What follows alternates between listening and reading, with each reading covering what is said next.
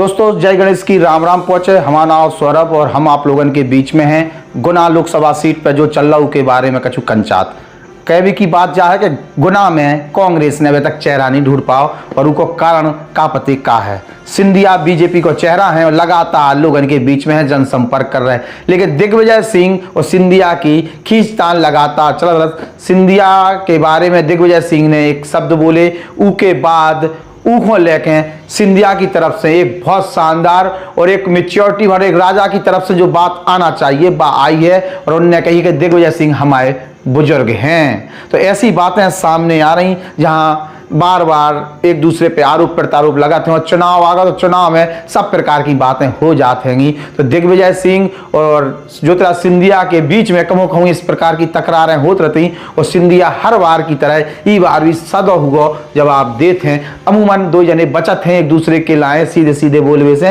लेकिन चुनाव में कमो कहूँ हो जाओ। अब देखे भाई बात जा हुई है कि जिस प्रकार से गुना सीट पे कांग्रेस के चेहरा को तलाशने के लिए तमाम प्रयास करे जा रहे हैं ना। जीतू पटवारी बड़बड़ी हाँक भी लगे, लगातार बोल रहे। अब तो वे जाग कह रहा है कि बस 2 दिन के अंदर गुना की सीट पे को चेहरा आ रहा हो, जो टिकटें रहेगी मध्य प्रदेश की वे भी क्लियर हो जाए।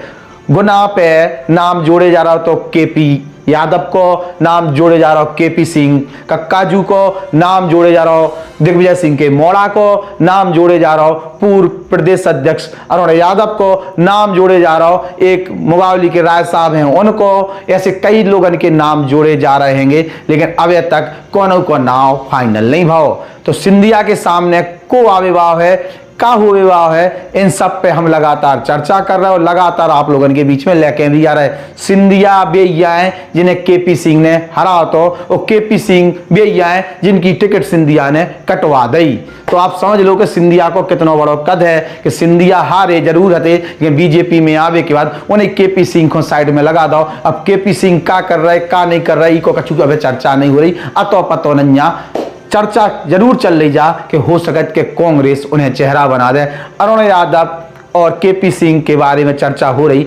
अब कौन नौ नाम आ जाए तो भैया पतो नहीं, कौन हेलीकॉप्टर से उतर जाए तो कछु पतो नहीं, कोई बाहर से आ जाए जो पतो नहीं। कई चर्चाएं चल रही कहा कि कांग्रेस से आ जा, और कांग्रेस में खुद में ही कितना बड़ा लोकतंत्र है जो सबको पता है। खैर कांग्रेस के बारे में इससे ज्यादा बात नहीं कर सकत कि एक ही तो पार्टी है जो विपक्ष के तौर पर तनक मुनक लड़त दिख रही, बाकी तो सब घमासान हो गए, को पता नहीं कब की पार्टी में शामिल हो जाए। कांग्रेसी भी बड़े पैमाने पे बीजेपी में शामिल हो रहे। और जो गुना सीट को सबसे बड़ा मुद्दा है वो जो ये खासतौर से पिछोड़ क्षेत्र को कि जो कांग्रेसी अवैध तक उतर बीजेपी वाहन को कुचलवे लगे थे, दबावे लगे थे, उनके संगे सब कर्म कर डाले। अब उन्हीं को सिंधिया माला पहना रहे पकड़ पकड़ कर। प्रीतम सिंह लोधी बगल में ठाड़े कह जाए इन्हें और पहना दियो, इन्हें और पहना दियो। तो जो चल रहा हो मतलब सीधा सीधो है कि जिन बीजेपी वाहन ने तो संघर्ष करे तो उनको कछु टाट फट्टी उठाते रहो, और ज्यादा है सो प्रीतम सिंह लोधी जिंदाबाद और राजा साहब जिंदाबाद के नारे लगाते रहो, वही में काम चलत रहे। खैर हमें जो भी जनता कह रही भाई हम यह कह रहे, हम अपनी तरफ से कछु नहीं कह रहे, और जो भी अब चौपालन में भाव वो भी आप सबको पता, फिर से पहुंच रहे, फिर चर्चा कर रहे। कांग्रेसी का कह रहे, बीजेपी वाय का कह रहे, केपी सिंह कक्काजू का कह रहे, प्रीतम लोधी का कह रहे, और जिला कब बने ई को लेके पंजाब सिंह का कह रहे। इन सब पे हम चर्चा करें। सिंधिया जिला को लेके ज्यादा नहीं बोल रहे।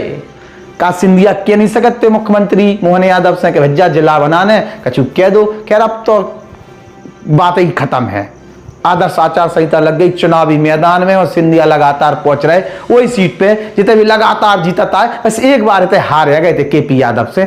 अब देखा था कि सिंधिया को रिपीट कर पाऊ कि नहीं कर पाऊ, या फिर कौन ऐसो आदमी जिसको योद्धा मान नहीं कांग्रेस वो सामने आ जाए और सिंधिया को फिर हरा देवे और सिंधिया को फिर का हुई सब कुछ समझदार हो।